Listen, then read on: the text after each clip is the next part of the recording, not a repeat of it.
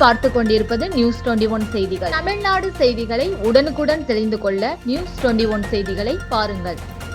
ராணிப்பேட்டை மாவட்டம் வாலாஜாபேட்டை பகுதியில் தொழில் தொடங்குவதற்காக வங்கியில் இருந்து பணத்தை எடுத்து வாகனத்தில் வைக்கப்பட்ட 1,60,000 ரூபாயை கண்ணிமைக்கும் நேரத்தில் பட்ட பகலிலேயே மர்ம நபர்கள் கொள்ளையடித்து விட்டு சென்ற சிசிடிவி காட்சி வெளியாகி பரபரப்பை ஏற்படுத்தியுள்ளது.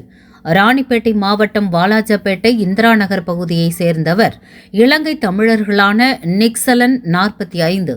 இவர் சிப்காட் பகுதியில் உள்ள தனியார் தொழிற்சாலையில் சுமை தூக்கும் தொழிலாளராக பணியாற்றி வருகிறார். புதிய தொழில் தொடங்குவதற்காக உறவினர்களிடம் கடன் பெற்றுக்கொண்டு நிக்சலன் வங்கிக் கணக்கில் பணம் செலுத்தியதாக கூறப்படுகிறது.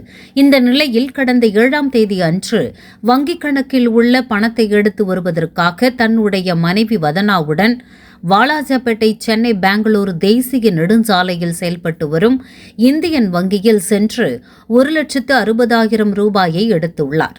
அந்த பணத்தை தன்னுடைய இருசக்கர வாகனத்தில் உள்ள லாக்கரில் வைத்துள்ளார்.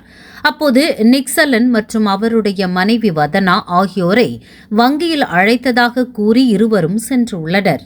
இதனையடுத்து வங்கியிலிருந்து திரும்பி வந்து பார்த்தபோது இருசக்கர வாகனத்தில் இருந்த பணம் திருடப்பட்டு இருப்பதைக் கண்டு அதிர்ச்சி அடைந்துள்ளார்.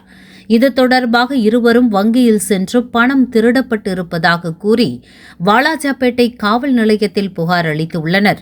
அதன் பேரில் போலீசார் உடனடியாக பகுதியில் உள்ள சிசிடிவி கேமரா பதிவுகளை ஆய்வு செய்தபோது இருசக்கர வாகனத்தில் வந்த 2 மர்ம நபர்கள் நிக்சலன் என்பவருடைய வாகனத்தில் வைக்கப்பட்டிருந்த பணத்தை திருடிவிட்டு கண்ணிமைக்கும் நேரத்தில் வேகமாக சென்றதாக தெரிகிறது.